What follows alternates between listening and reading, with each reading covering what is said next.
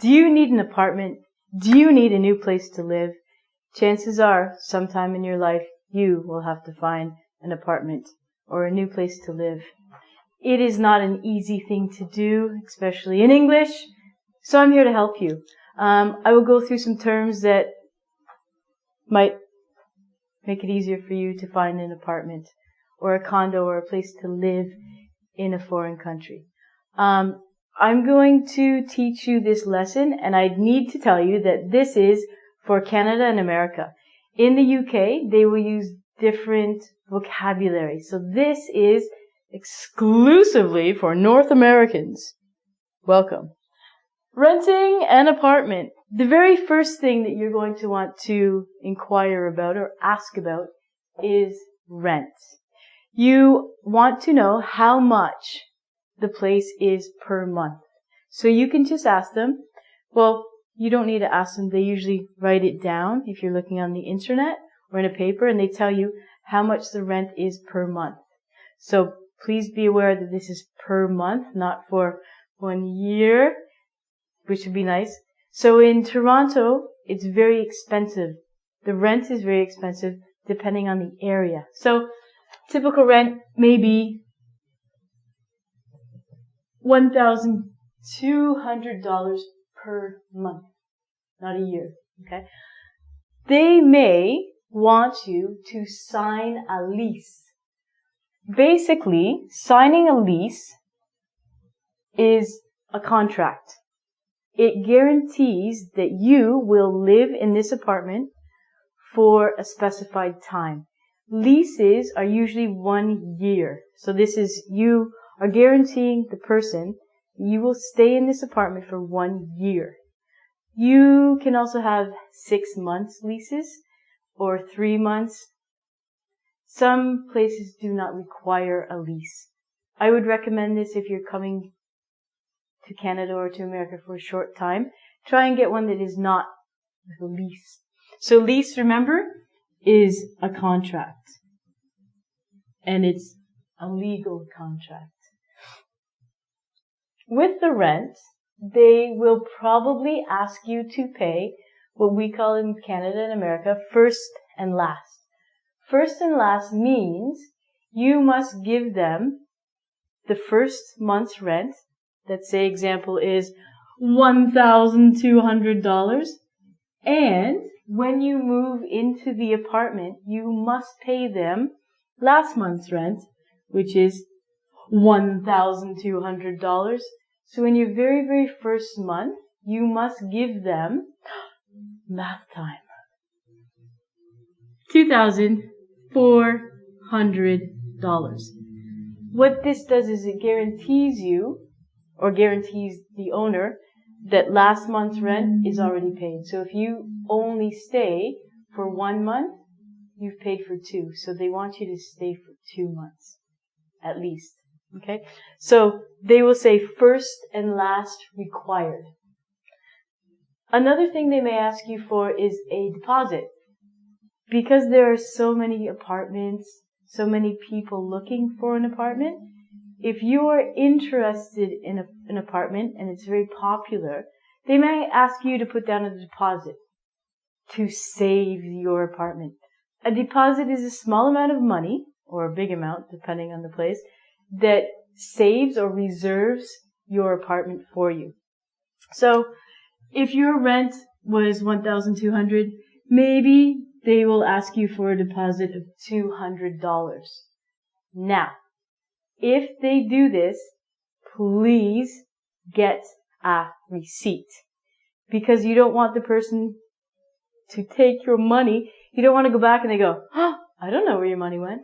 Make sure you get a signed piece of paper called a receipt that shows how much you paid with your name, the amount, and the person's name.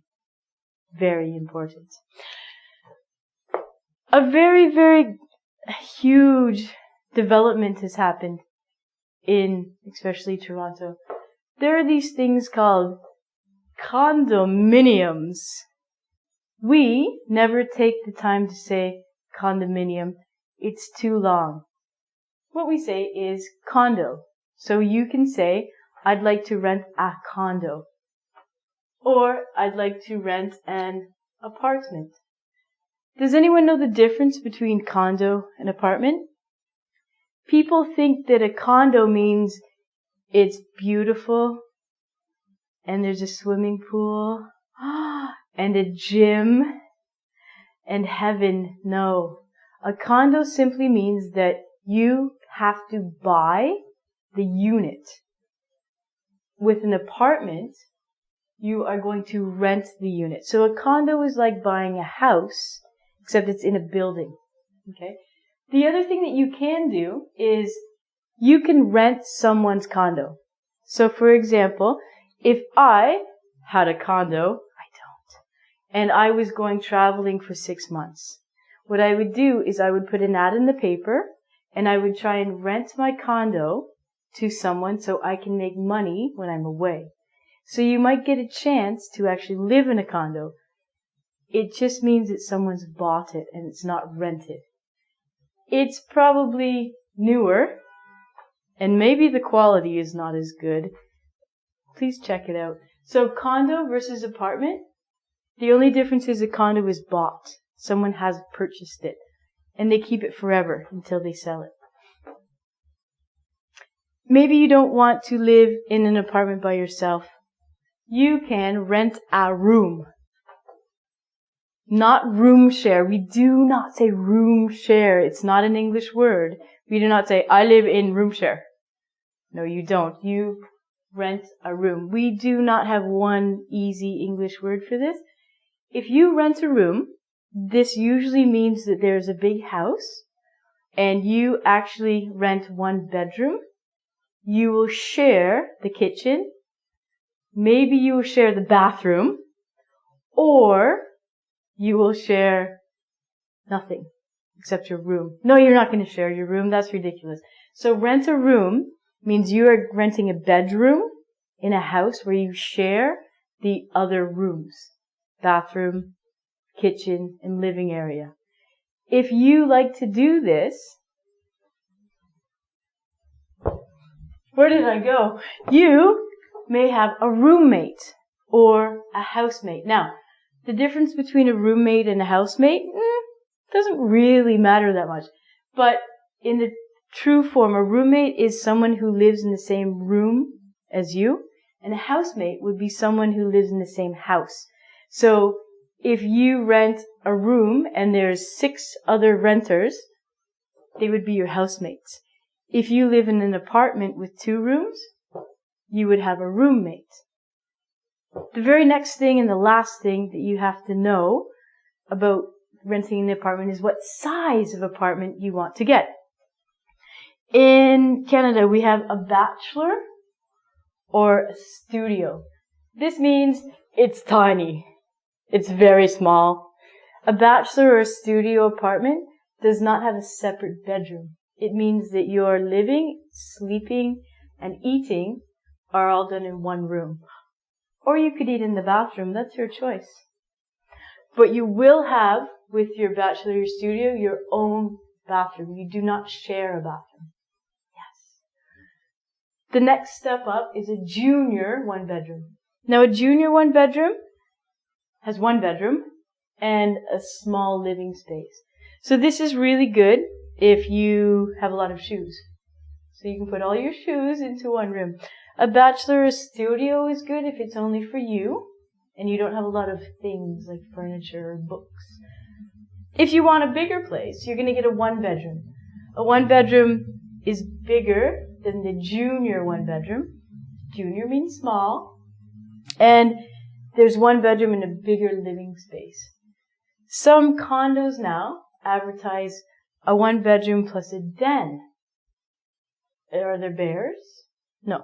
A den means a very tiny room. It can be used as an office, or it can be used as a TV room or an entertainment room.